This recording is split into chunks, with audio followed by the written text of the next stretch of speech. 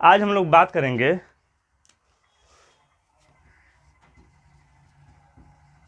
Types of problem solving के बारे में, यानी समस्या समाधान के प्रकार के बारे में। आज का चैप्टर क्या है? आज का चैप्टर है types of problem solving, that means समस्या समाधान के प्रकार। ये आपको मिलेगा यूनिट 6 में, ठीक है। समस्या समाधान के प्रकार के बारे में मिलेगा यूनिट 6 में। सबसे पहले हम लोग इसको समझेंगे कि समस्या समाधान का प्रकार क्या है। देखिए, बताने का तो 1983 में, ठीक है, सबसे पहले मैटलिन ने इसके बारे में बताया था, ठीक है। किसने बताया था? मैटलिन ने इसके बारे में सबसे पहले बताया था 1983 में कि जो समस्या होती है, समस्या में 3 स्टेप होता है, स्टेप या स्टेज। कितना? 3 स्टेज होता है, क्लियर। तो पहली स्टेज दैट मीन्स अवस्था। हम लोग किसका बात कर रहे हैं? हम लोग अवस्था का बात कर रहे हैं। ये बताया था मैटलिन ने 1983 में। तो सबसे पहले स्टेज में आना नहीं चाहिए, स्टेज में आना नहीं चाहिए। इसीलिए हम लोग बात करेंगे 1984 में। 1984 में विटिंग्स एंड विलियम्स, बट यहाँ विलियम्स 3 है, आप लोग याद रखिएगा इस बात को। यानी टाइप्स ऑफ प्रॉब्लम सॉल्विंग के बारे में जो हम लोग जिक्र कर रहे हैं, तो प्रॉब्लम सॉल्विंग के बारे में किसने कहा था, क्या कहा था? तो एक तो मैटलिन ने कहा था, 1983 में कहा था, पर उस अवस्था के बारे में हम बताएंगे। उससे पहले हम इसके बारे में जिक्र कर लेते हैं। तो विटिंग्स एंड विलियम्स 3 ने 1984 में कहा था, क्या कहा था?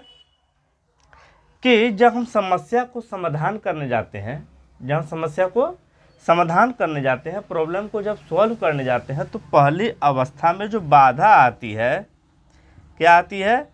बाधा यानी अवरोध आती है, यानी जो प्रॉब्लम क्रिएट करता है, उसको दूर करते हुए हम लोग अपने गोल पर पहुंचते हैं। यानी अपने लक्ष्य, जो हमको लक्ष्य प्राप्त करना है, उस लक्ष्य पर हम पहुंचते हैं।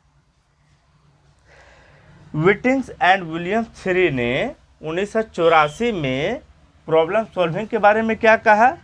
कि समस्या समाधान करते समय जो बाधा आती है, उस बाधा को दूर करते हुए गोल यानी लक्ष्य पर पहुंचने के लिए हम लोग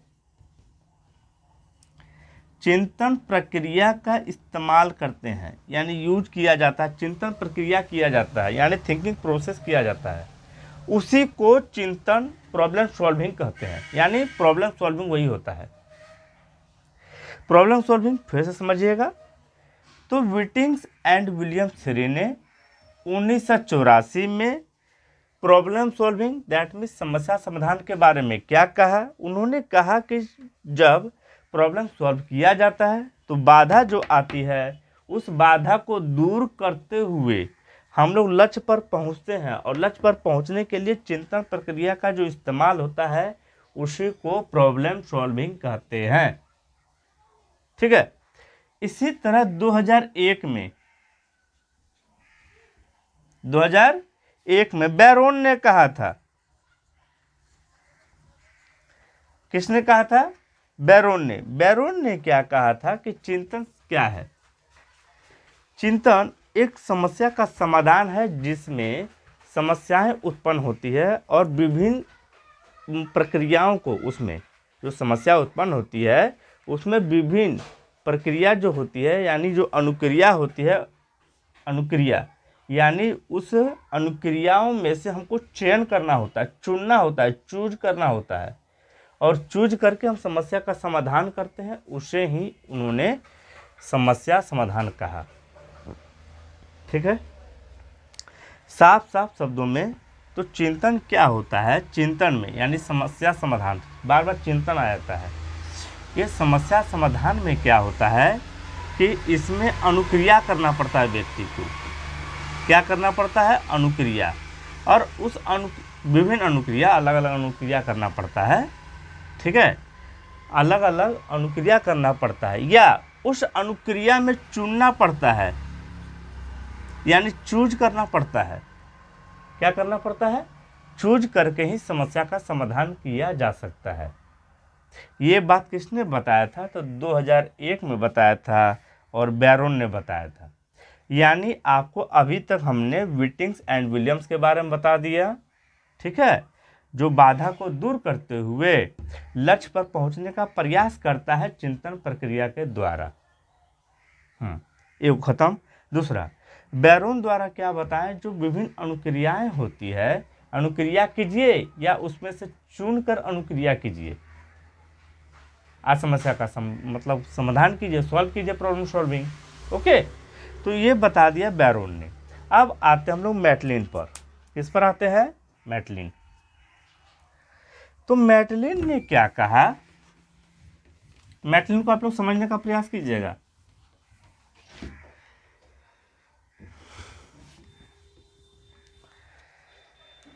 मैटलिन ने क्या कहा कि इसमें जो समस्या होती है, क्या होती है, जो समस्या का जो समाधान होता है उसमें 3 अवस्थाएं होती है।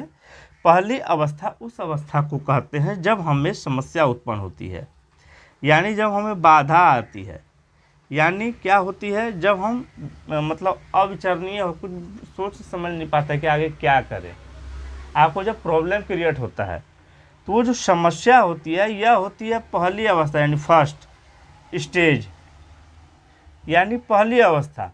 सेकेंड अवस्था होती है गोल। गोल दैट मीन्स लक्ष्य।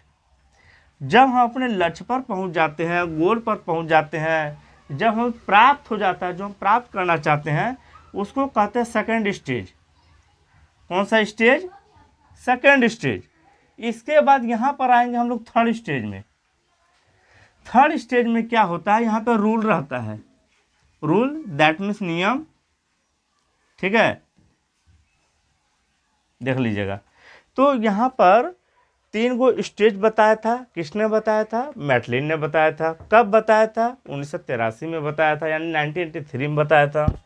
तो फर्स्ट स्टेज हो गया समस्या, दैट मीन्स बाधा, और इसी को कहते हैं ओरिजिनल स्टेज, यानी मूल अवस्था। कौन अवस्था? मूल अवस्था। इसको कहा जाता है लक्ष्य अवस्था। कौन अवस्था? लक्ष्य। तो अगर वहाँ पे मूल अवस्था के बारे में पूछेगा कि मैटलिन का मूल अवस्था किसे कहते हैं, तो आप समझ जाइएगा। ठीक है, इसके बाद बोलेगा लक्ष्य अवस्था किसे कहते हैं, तो आप लोग समझ जाइएगा। और थर्ड नंबर जो होता है नियम होता है। ये 3 अवस्था के बारे में मैटलिन ने बताया था। क्लियर? अब हम लोग चलेंगे इस टॉपिक के अनुसार प्रकार के बारे में। किसके बारे में? प्रकार के। प्रकार क्या होता है? यहां पर देखिए,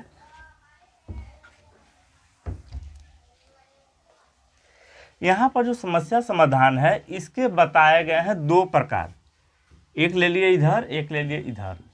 ठीक है, तो ये हो गया पहला नंबर और ये हो गया दूसरा। ठीक है, यहां पर आप लोग ध्यान दीजिएगा कि types of problem solving, that means समस्या समाधान के जो प्रकार हैं वो उसके 2 प्रकार हैं।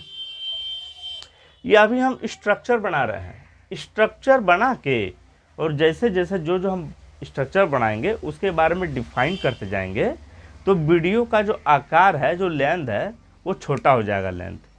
ठीक है, तो सबसे पहले क्या आता है,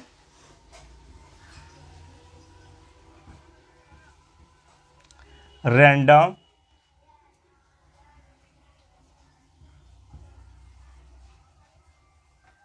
सर्च मेथड। क्या आता है सबसे पहले?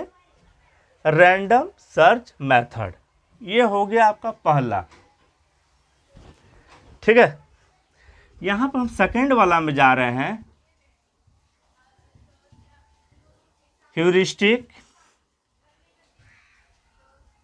Search method. क्लियर? तो सबसे पहला आ रहा है रैंडम सर्च मेथड, दूसरा नंबर आ रहा है ह्यूरिस्टिक सर्च मेथड।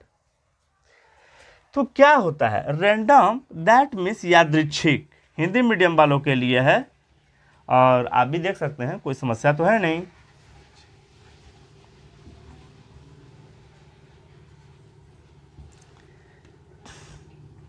यादृच्छिक,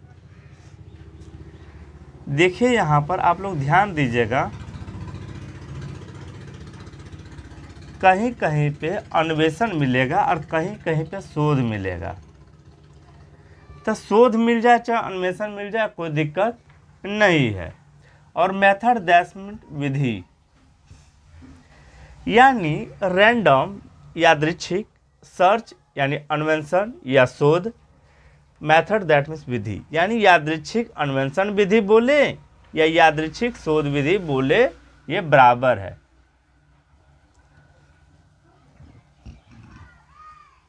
क्लियर है? यादृच्छिक अन्वेषण विधि बोल सकते हैं इसको, या यादृच्छिक शोध विधि भी बोल सकते हैं इसको। ठीक है, और ये वाला क्या हो गया? स्वतः अन्वेषण विधि। उसी तरह यहां पर भी आप यूज कर लीजिए स्वतः शोध विधि या स्वतः अन्वेषण विधि, दोनों में से जो चाहे आप समझ सकते हैं। तो समस्या समाधान के दो प्रकार हैं, एक है रैंडम सर्च मेथड और दूसरा है ह्यूरिस्टिक सर्च मेथड। ठीक है, रैंडम सर्च मेथड को दो भागों में बांटा गया। कितने भागों में? दो भागों में। तो इसका नाम हम देते हैं क, ये हो गया क नंबर और ये हो गया ख नंबर। ठीक है, यानी पहला तो डिवाइड किया गया था टू टाइप में समस्या समाधान के प्रकार को, एक रैंडम और दूसरा ह्यूरिस्टिक। बट यहाँ सब डिवीजन किया गया, पहले वाला भाग जो बांटा गया उसको डिवीजन, फिर उस भाग का टू टाइप में बांट दे तो उसको कहते हैं सब डिवीजन। तो इसको इसके दो भागों को मतलब भागों में बांटा गया है। ठीक है, और इसको बांटा गया है तीन भागों में।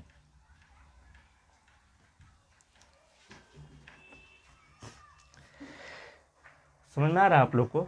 स्ट्रक्चर समझ में आ रहा होगा।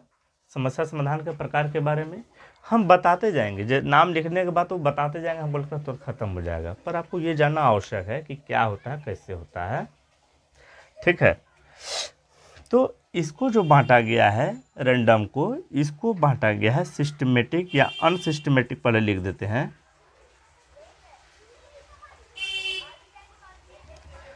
अनसिस्टमेटिक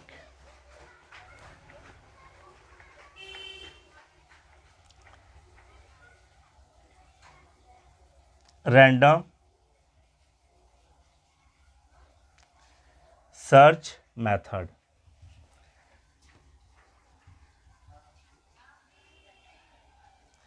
ठीक है, तो पहला वाला को बांटा गया unsystematic random search method. Clear? अब लिखेंगे कैसे, हटेगा कैसे ये? इसके बाद ये सेकेंड वाला को दो भागों में बांटा गया, आपको तो पता है। एक होता है सिस्टमेटिक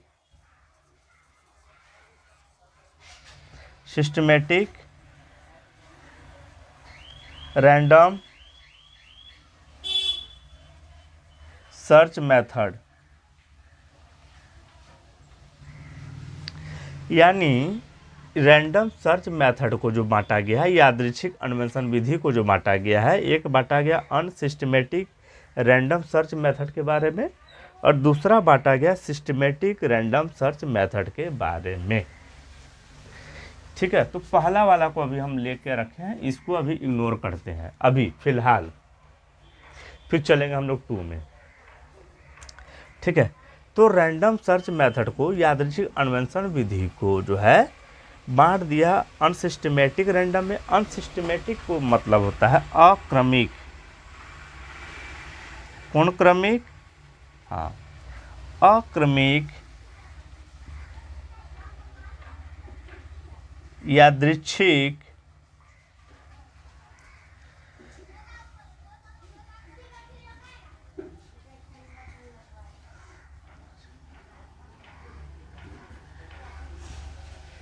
यादृच्छिक शोध भी लिख सकते हैं, अन्वेषण भी लिख सकते हैं, अन्वेषण विधि। ये पहला वाला का है, इसका है एक क नंबर वाला और यहाँ पे ख नंबर, आप लोग देख लीजिए इसको। ये क नंबर का है अक्रमिक यादृच्छिक अन्वेषण विधि, दूसरा है सिस्टमेटिक रैंडम सर्च मेथड, इसको हम लिख रहे हैं अभी।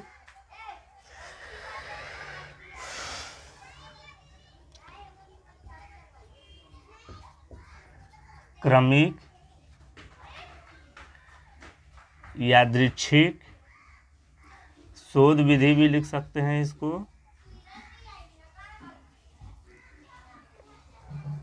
ठीक है, यहाँ तक इसको आप लोग देख लीजिए, पहले स्क्रीनशॉट मारना है तो मार लीजिए। ओके, यानी इसको 2 भागों में बांटा गया है, क नंबर में ये है, ख नंबर में ये है। इसी को पहले समझ लिए, फिर क्या करेंगे, मिटा देंगे, फिर इसके बारे में बताएंगे। अक्रमिक यादृच्छिक अन्वेषण विधि, देखिए रैंडम को बांटा गया है 2 भागों में, इसको और इसको डिफाइन कब करेंगे, जब इसके बारे में पढ़ाएंगे तो ये दोनों को डिफाइन एक साथ कर देंगे। और इसलिए हमने ऐसा कहा है ताकि इसको अगर आप समझ लेते हैं तो ऑटोमेटिक, ये ऑटोमेटिक समझ लीजिएगा आप, और इसका तुलना इससे कर देंगे। ठीक है, चलिए फिर भी कुछ कह देते हैं। रैंडम सर्च जो होता है, चाहे वो अक्रमिक हो या क्रमिक हो, ये एल्गोरिदम होता है। क्या होता है? दोनों का दोनों एल्गोरिदम।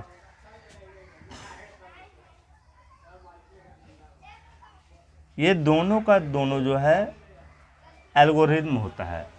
ठीक है, मैथमेटिकल होता है दोनों। दोनों क्या होता है? अर्थमेटिकल होता है। क्लियर? तो यादृच्छिक का दोनों विधि होता है अर्थमेटिक।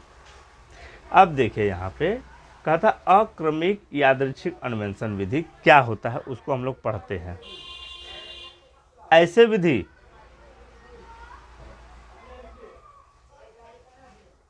विधि इसमें क्या होता है,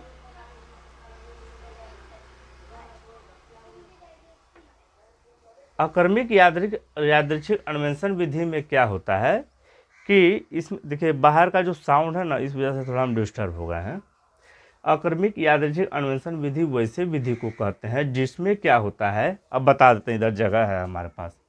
अब जैसे यहाँ पर लिख दिया हमने,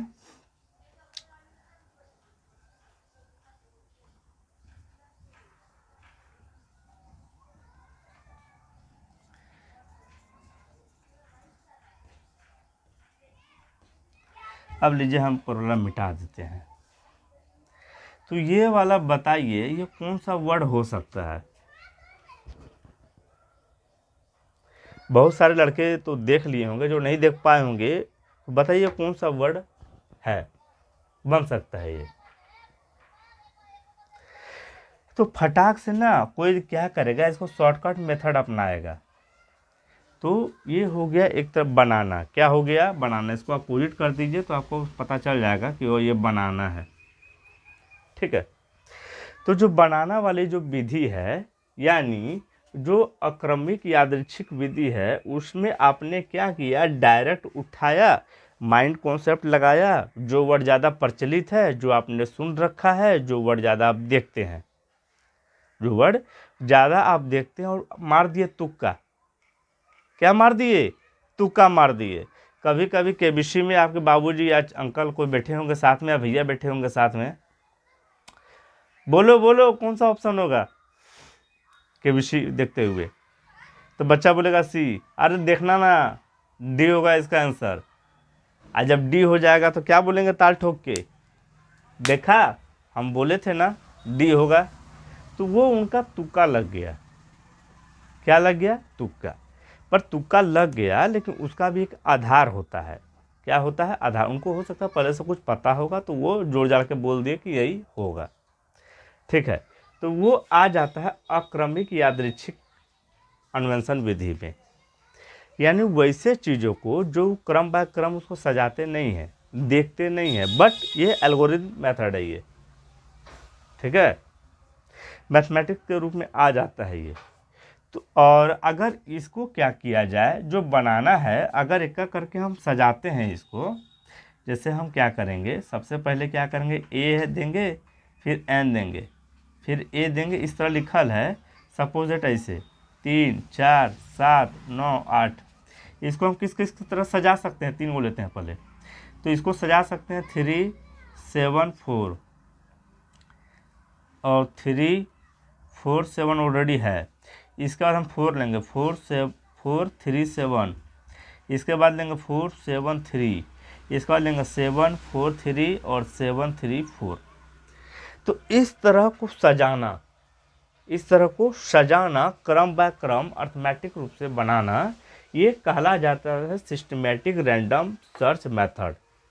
दैट मीन्स क्रमिक यादृच्छिक शोध विधि।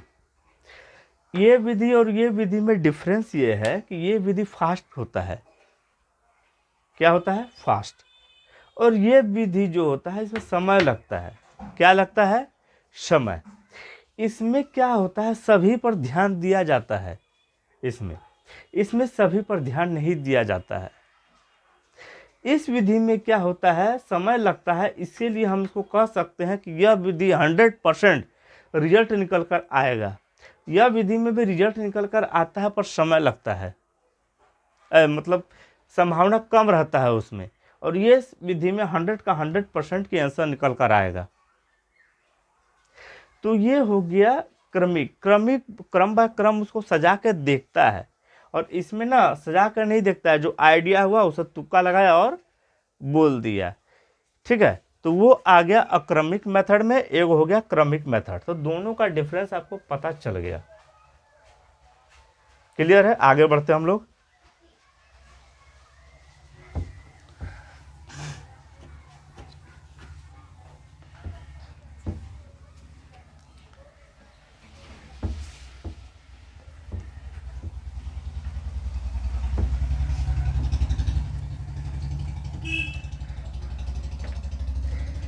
इसके बाद यहां पर देखिए लिखा हुआ है ह्यूरिस्टिक सर्च मेथड।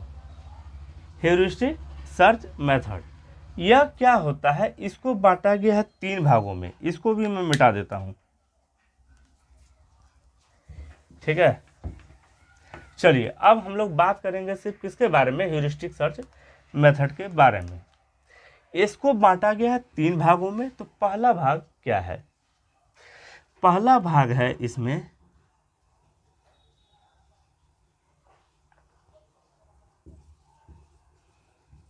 मीन्स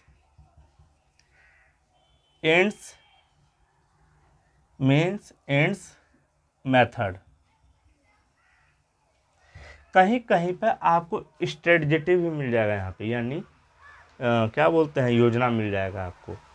तो मेथड तो मिलेगा ही, विधि। ठीक है, यानी मीन्स एंड, यानी स्वतः नहीं, साधन साध्य, साधन साध्य विधि, एनालाइज। ठीक है, विश्लेषण।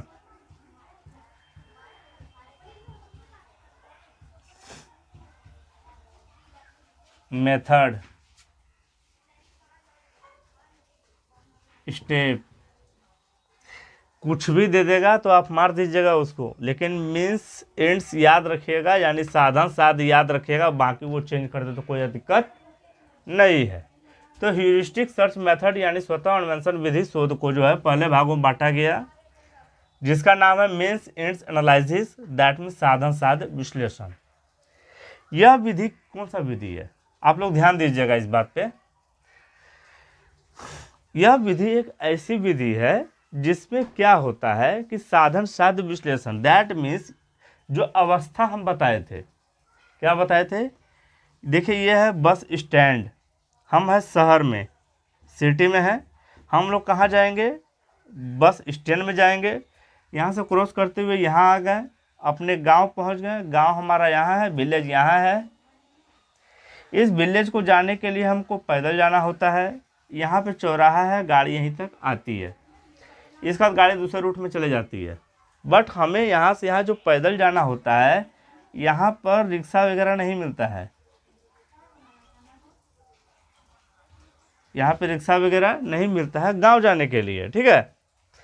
तो आप क्या करेंगे, एक समस्या का समाधान करने के लिए आप स्टेप बाय स्टेप चलेंगे, स्टेप बाय स्टेप चलेंगे, आपको फोकस डायरेक्ट यहाँ से यहाँ नहीं करते हैं आप।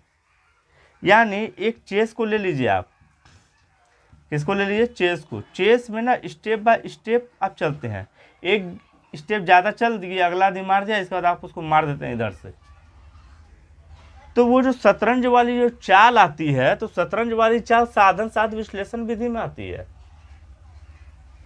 ठीक है। यानी साधन यानी मीन्स एंड एनालिसिस, साधन साध्य जो विश्लेषण है, इसके बारे में कौन बताया था, तो रीटमैन ने बताया था,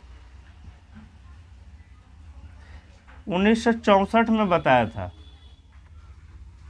रीटमैन ने साधन साध्य के बारे में। समझ में आ रहा है आप लोग को, तो साधन साध्य विधि आप लोग को समझ में आ गया।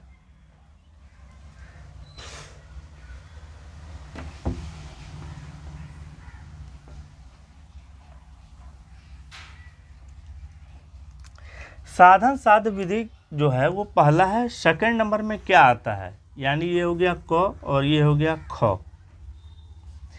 इसमें आता है पश्चगामी, पश्चगामी मेथड बोल सकते हैं इसको, स्टेज बोल सकते हैं, स्टेप बोल सकते हैं, यानी पश्चगामी विधि। कौन सा विधि, पश्चगामी विधि, दैट मीन्स बैकवर्ड मेथड। क्या होता है बैकवर्ड मेथड, इस विधि में क्या होता है, जब मनोरंजन पेपर में आप लोग देखे होंगे या जो रीजनिंग बच्चे बनाते होंगे वो देखे होंगे, जैसे एक पजल है, पजल है, यहाँ पे कौवा है, यहाँ दे दिया है रास्ता, ऐसे ऐसे गया है, ऐसे ऐसे ऐसे ऐसे गया है, ठीक है, और यहाँ पे अपन निकलने का रास्ता है। जब इधर से जा रहे हैं और आपको रास्ता नहीं मिल रहा है, यहाँ पे ब्लॉक हो गया, और आपको रास्ता नहीं मिल रहा है, यहाँ भी ब्लॉक हो गया। जब आपको रास्ता नहीं मिलता है तो आप क्या करते हैं, स्टार्टिंग से देखते हैं कि इससे हम आएँ या इधर से आएँ, तो आप रास्ता स्टार्ट मतलब वो लास्ट वाला देखते हैं। यहाँ से ये हो गया स्टार्ट और ये हो गया लास्ट, दैट मीन्स अंत। तो हम लोग यहाँ से जब आते हैं और रास्ता जब ब्लॉक देखते हैं तो पीछे से भी हम लोग स्टार्ट कर लेते हैं देखने के लिए। क्या करते हैं, पीछे से स्टार्ट कर लेते हैं देखने के लिए, और जो हम लोग देखते हैं तब क्या करते हैं, और देखते देखते इसको मिला लेते हैं, मैच कर लेते हैं। तो ये पीछे से स्टार्ट करते हैं और आगे से स्टार्ट करते हैं। और इसमें ना पश्चगामी विधि को देखने के लिए कुछ शर्तें की आवश्यकता होती है। मतलब पश्चगामी मेथड में, बैकवर्ड मेथड में, ठीक है, जो कि ह्यूरिस्टिक सर्च मेथड यानी स्वतः अन्वेषण विधि शोध के अंतर्गत आता है, सेकंड वाला भाग है ये। इसमें ना पीछे से हम लोग देखते हैं कब, जब यह सूचना जब ज़्यादा रहती है, यानी इन्फॉर्मेशन आपको जब प्राप्त होता है तब। अगर आपको इन्फॉर्मेशन जब प्राप्त नहीं होती है तो आप पीछे से नहीं आइएगा, यानी इन्फॉर्मेशन अनिवार्य है, पहला शर्त ये है। दूसरा शर्त क्या है कि आप उसके योग्य हैं कि पीछे से और आगे से दोनों को एक साथ मिला सके, देख सके, समझ सके, तो ये आ जाता है आपका पश्चगामी विधि में। क्लियर? इस तरह मेरा वीडियो तो आते रहता है, ठीक है। और इसके बाद फिर कुछ एक दिन 2 दिन छोड़ के वीडियो मैं डालते रहता हूँ साइकोलॉजी का, यूसीनेट से संबंधित। अगर यूसीनेट का जो चैप्टर है उससे अगर आपका टॉपिक मिले, देखिए यूसीनेट का जो सिलेबस है वो एक तरफ से बहुत बड़ा सिलेबस है।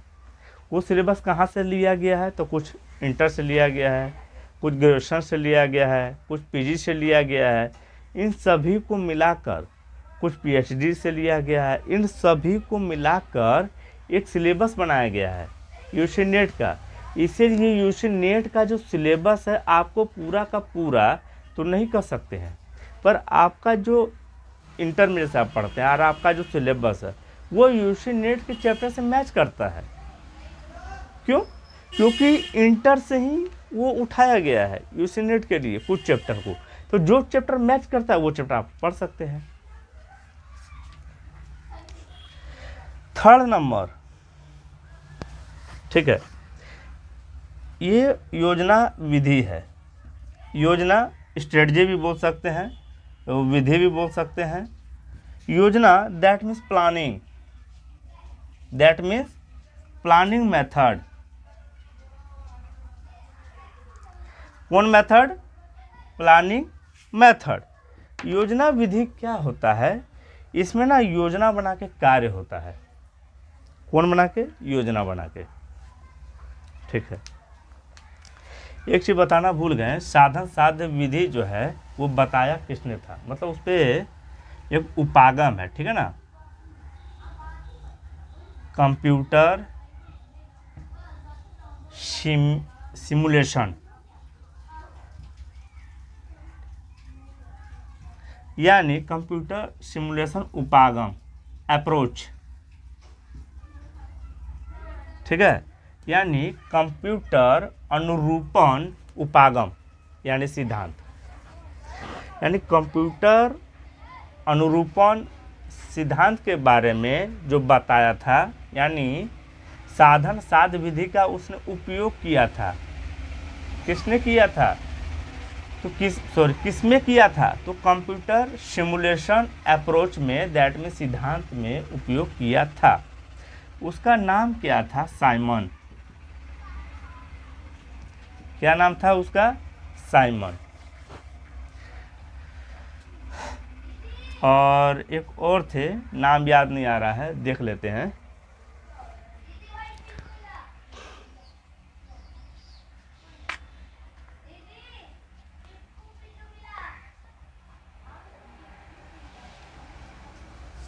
साइमन और न्यूवेल, दो ने मिलकर, एक साइमन ने दूसरा न्यूवेल ने, साधन साध्य विश्लेषण विधि का जो उपयोग है कंप्यूटर सिमुलेशन अप्रोच में किया था, और वो किया था 1972 में। कब किया था? 1972 में साइमन और न्यूवेल ने मिलकर, ठीक है। इसके बाद आते हैं हम लोग योजना विधि। योजना विधि दैट मीन्स प्लानिंग मेथड। इसमें ना प्लान बनाया जाता है। जैसे आपको अगर हम कोई शब्द अगर सिखा देते हैं, ठीक है, जैसे एडवांटेज अगर आपको सिखा देते हैं, लिखा हुआ है एडवांटेज, और एडवांटेज आपने सीख लिया, उसका मतलब समझ लिया, ओके। और इसके बाद आप चल जाते हैं एक जगह, क्या देखते हैं? डिसएडवांटेज लिखा हुआ। कौन एडवांटेज? डिसएडवांटेज लिखा हुआ आपको कहीं मिल जाता है। तो जिस तरह का उपयोग आपने एडवांटेज का उपयोग जिस रूप में किया था, आप उसी रूप में डिसएडवांटेज का उपयोग कर रहे हैं, यानी सादृश्यता है उसमें। क्या है? सादृश्यता है। इसको पता नहीं, एनालॉजी शायद कहा जाता है ना, क्या?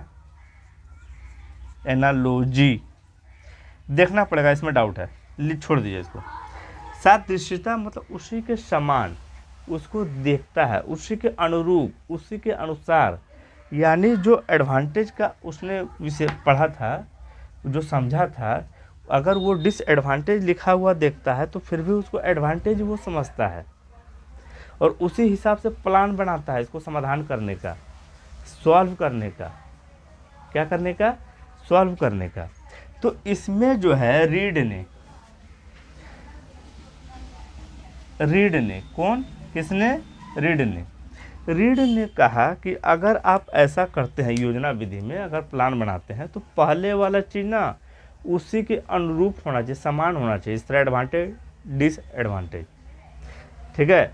तो उसमें और लगा दीजिए, और योग्यता अयोग्यता, तो योग्यता आपने सीखा, सब संघर्ष सीखा और असंघर्ष कहीं देख लिया आपने, ठीक है। तो उसी के समान अनुरूप होना चाहिए, पहला बात। दूसरा बात कि आपको किस तरह करना है वो याद रहना चाहिए, वो दूसरा बात। आपको याद नहीं रखा तो कैसे कीजिएगा? फिर उसका स्टेप आपको याद रहना चाहिए, वो तीसरा बात। और जो पहले जो समय लगा था उससे कम समय इसमें लगना चाहिए और जल्दी निष्कर्ष आना चाहिए, ये हो गया चौथा। तो 4 को शर्त रखे थे रीड के द्वारा, ठीक है। चलिए मिलते हैं नेक्स्ट वीडियो में, वीडियो इसी तरह आता रहेगा।